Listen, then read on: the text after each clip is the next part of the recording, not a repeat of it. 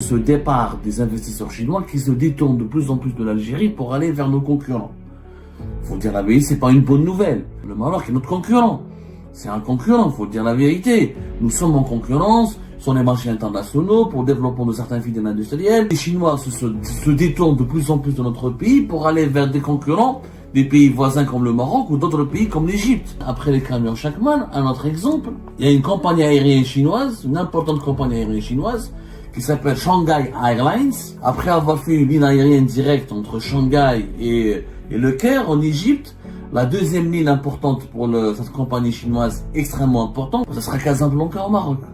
Ce sera pas Alger. Le Caire, Casablanca, mais pas Alger. Le 21 novembre 2024, quand le président chinois, on parle quand même de Xi Jinping, il ne s'arrête pas à Alger, il préfère s'arrêter à Casablanca au Maroc. Les voitures électriques chinoises, il y a d'importants projets pour commencer à les fabriquer et les assembler localement. Et avant de parler d'assemblage, le Maroc, il a ouvert son territoire aux marques chinoises. Il y a par exemple Buick, Geely, Changan, Chery, GWM. 6 marques d'automobiles chinoises se sont installées au Maroc en 2 ans. Ce départ des investisseurs chinois qui se détournent de plus en plus de l'Algérie pour aller vers nos concurrents. Faut dire la vérité, c'est pas une bonne nouvelle. C'est pas une bonne nouvelle pour un pays qui devait apporter, qui devait abriter un projet économique important, comme la production de camions, toute usine, avec des créations d'emplois, avec des perspectives économiques et industrielles, avec une diversification de nos exportations, avec une réduction de nos dépendances vis-à-vis des importations. C'est pas une bonne nouvelle pour n'importe quel pays de voir un investisseur chinois qui plus est. La Chine fait partie des 5 ou 3 plus gros investisseurs dans le monde. Je rappelle, c'est pas n'importe quoi, et je m'arrête khir. Donc, c'est pas du tout une bonne nouvelle pour un pays de voir des investisseurs étrangers, ils le quittent pour un autre pays qui sont voisins, qui sont concurrents. Le Maroc est notre concurrent.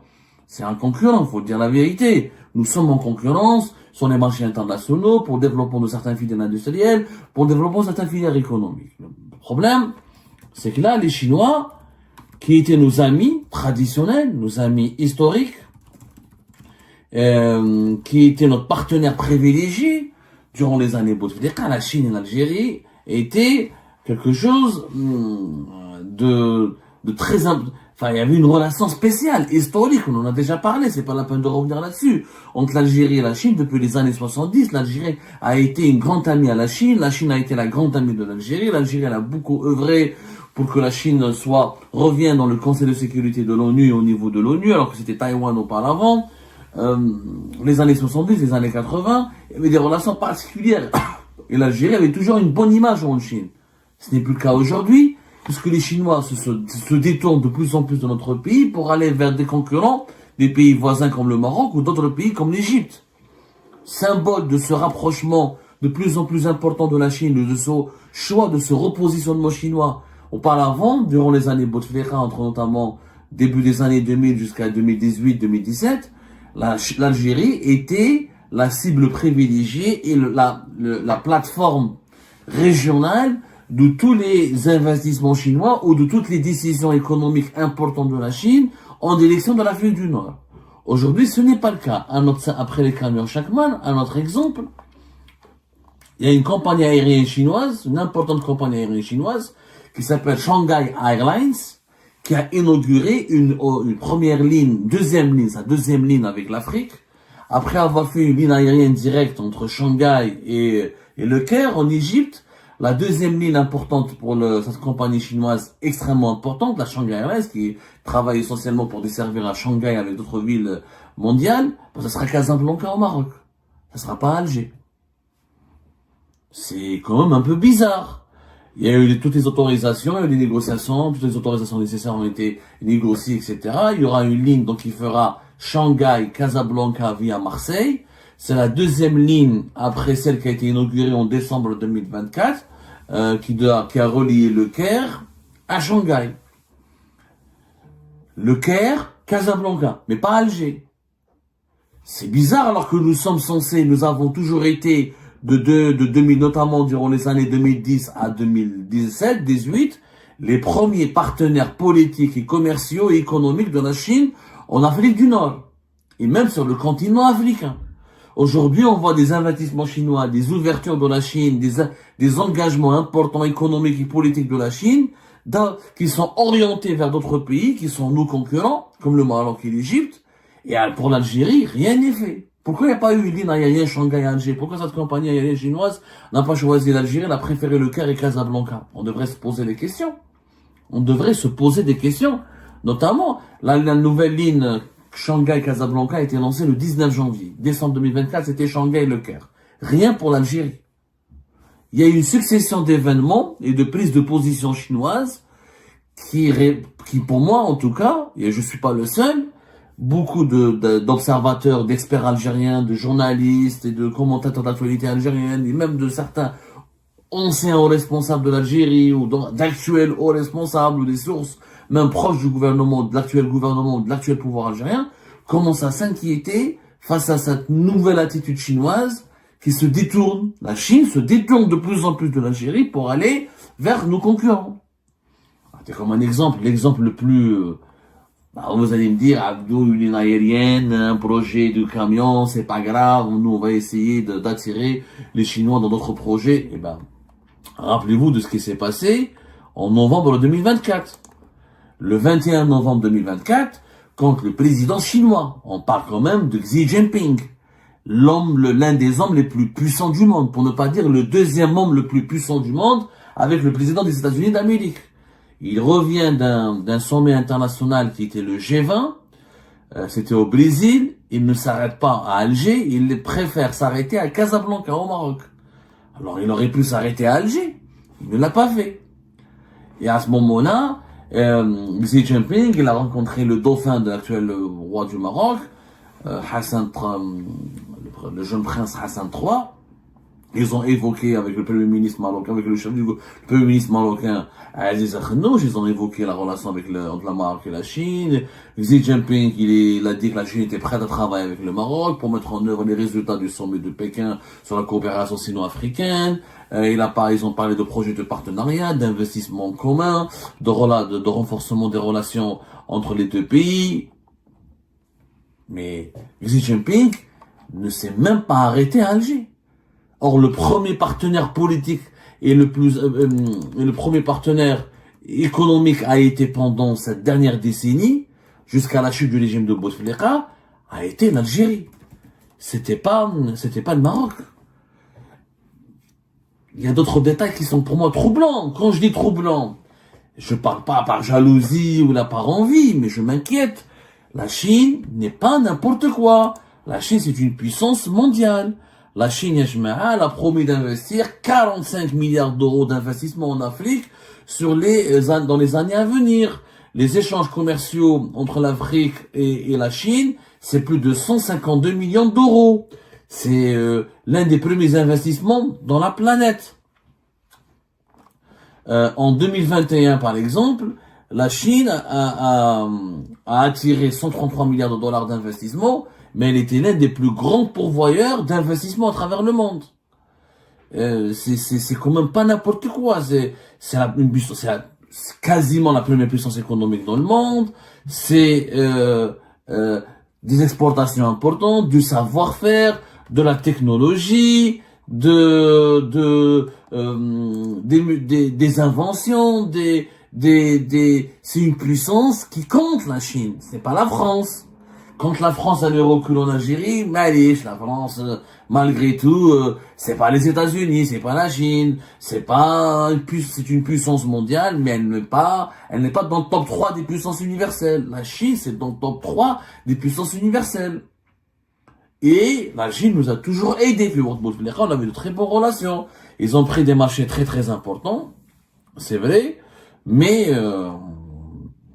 n'oublions pas qu'il y a eu un transfert de technologie, un transfert de savoir-faire, les infrastructures, ils nous ont fait des prix, ils nous ont offert des cadeaux, qui mal l'opéra de Ouled Fayed, ils nous ont soutenus politiquement, il y a eu des accords de coopération sécuritaire, il y a une proximité politique importante. Pour l'Algérie, la Chine a toujours été plus qu'un partenaire, je dirais même un parrain.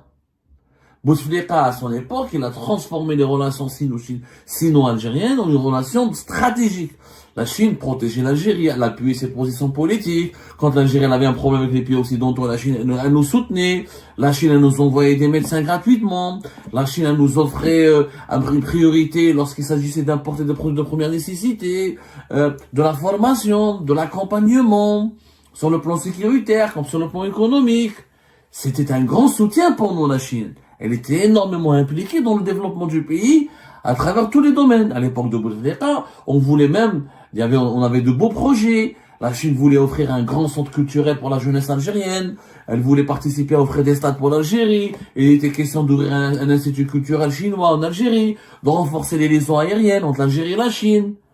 Tout cela s'est arrêté. Aujourd'hui, quelle est la place de la Chine en Algérie? Rien. Mais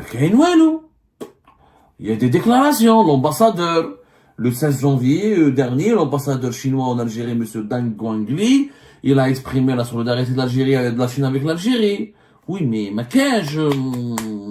concrètement, quels sont les nouveaux projets chinois?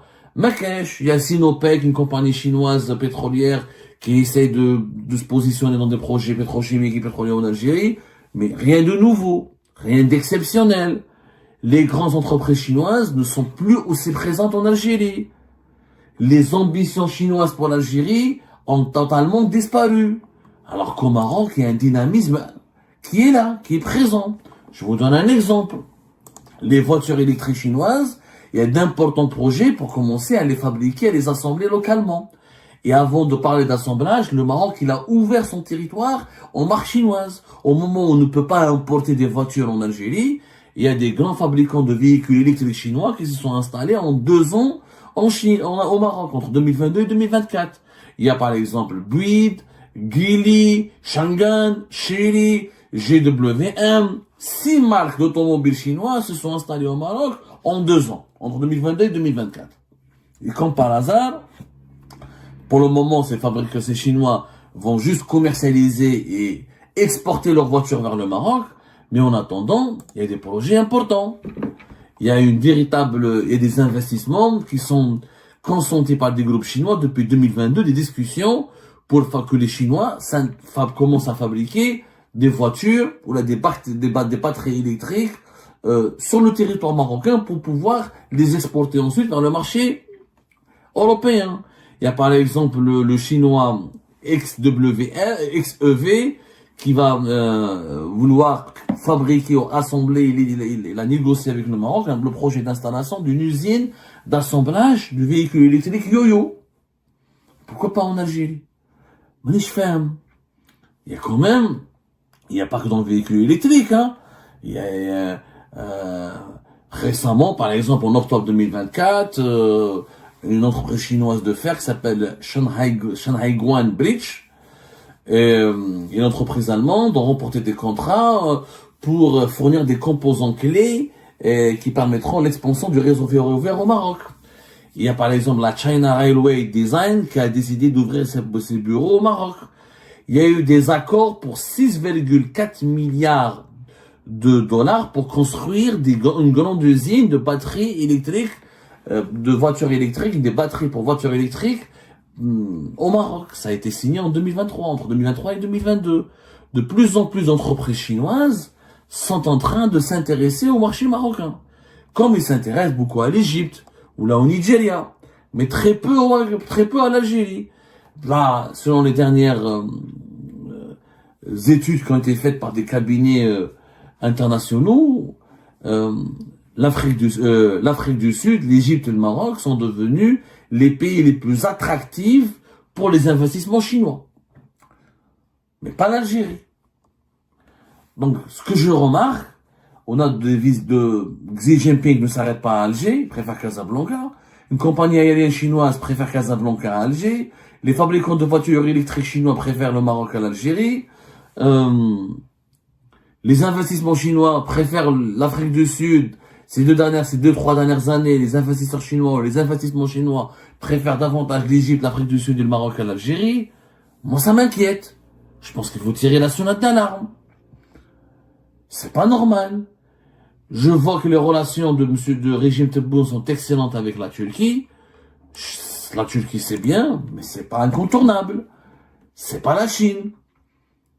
La priorité, c'est d'avoir d'excellentes relations et de partenariats pragmatiques avec les vraies grandes puissances. Les vraies grandes puissances, c'est les États-Unis d'Amérique, c'est l'Allemagne, c'est le Japon, c'est la Chine. C'est pas la Turquie. Moi, je respecte beaucoup la Turquie pour ses performances, etc. Mais ça reste un pays de taille modeste, d'une puissance modeste par rapport à la Chine. Les vrais pourvoyeurs d'investissement dans le monde, c'est les Chinois. C'est pas les Turcs. C'est pas la Turquie qui va investir 45 milliards de dollars sur le continent africain. Qu'est-ce que nous, on va gagner? Qu'est-ce qu'on va attirer comme ces investissements chinois? Je vous rappelle que Abdelmajid Tebboune, en 2023, il nous a annoncé que la Chine devrait investir, c'était en juillet 2023, 36 milliards de dollars en Algérie. Où sont partis ces 36 milliards de dollars? 36 milliards de dollars en Algérie. D'investissement chinois qui devait avoir lieu depuis juillet 2023. Nous sommes en janvier 2025, fin janvier 2025, on n'a rien vu. Je vois pas les entreprises chinoises qui défilent à Alger. Il n'y a pas des signatures, il n'y a pas des expositions, il n'y a pas des déclarations enthousiastes, il n'y a même pas le développement de nouvelles liaisons aériennes. Mais tout cela, on le voit au Maroc. Moi, ça m'inquiète. Et ça m'inquiète légitimement. Parce que la Chine, encore une fois, c'est une centaine de milliards de dollars d'investissement à travers le monde, des échanges économiques avec le continent africain. Donc, qu'est-ce qui se passe avec la Chine? Qu'est-ce qui se passe avec la Chine?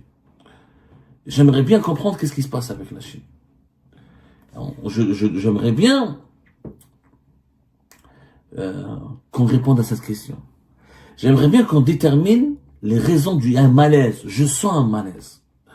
Je le sens, mais franchement, je sens un détournement de l'attention chinoise vers d'autres pays concurrents à nous, qui sont notamment le Maroc et l'Égypte en Afrique du Nord, et l'Afrique du Sud, le Nigeria et l'Angola dans l'Afrique subsaharienne et l'Afrique australe. L'Algérie n'est plus un pays stratégique aux yeux de la Chine. Et ben voilà, c'est la fin de cette vidéo mes amis, je vous remercie comme d'habitude pour avoir suivi jusqu'à la fin.